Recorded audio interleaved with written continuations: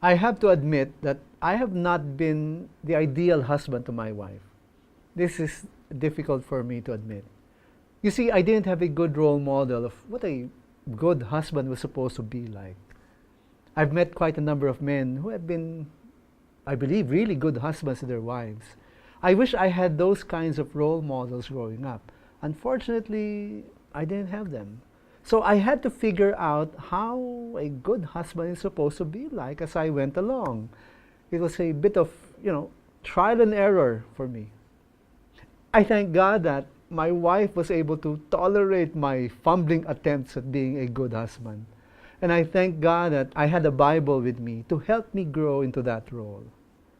Being the head of the household is such a tall order. I wonder how many men actually can fulfill that responsibility. But God is gracious that our family has held together in spite of my faults. But, I was not all that bad, I think. What I did seek to fulfill all my married years was to provide for the family and to create the environment for every member of the family, yes, my wife included, so that they may grow and flourish not only as individuals, but us together as a family. I try to do what the Apostle Peter gave us a rule for husbands in their relation to their wives. Peter said, "Likewise, husbands, live with your wives in an understanding way, showing honor to the woman as the weaker vessel, since they are heirs with you of the grace of life, so that your prayers may not be hindered."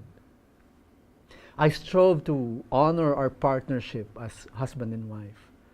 During the early part of our marriage, we had our main roles. I as the main provider of the family, and Nico as the one to manage the daily affairs of the household and to take care of our children.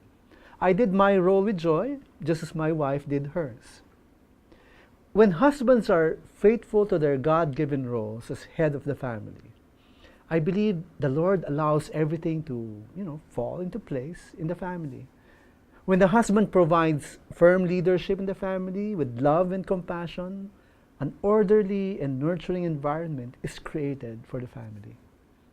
When husbands take the lead in making key decisions in the family while giving due consideration to the views and convictions of the wife, not silencing her to submission by giving sufficient time and opportunity to reason with each other, I believe this creates the condition where the wife gives her trust to the husband and they can move together as one with whatever decisions they make.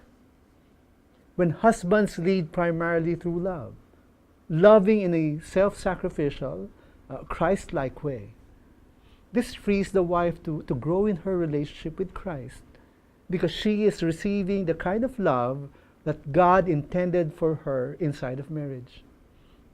Husbands, when you love your wives like Christ loves the church, you will discover that your wife and your whole family will find joy in submitting to your Christ-like leadership, just as Christ intended it.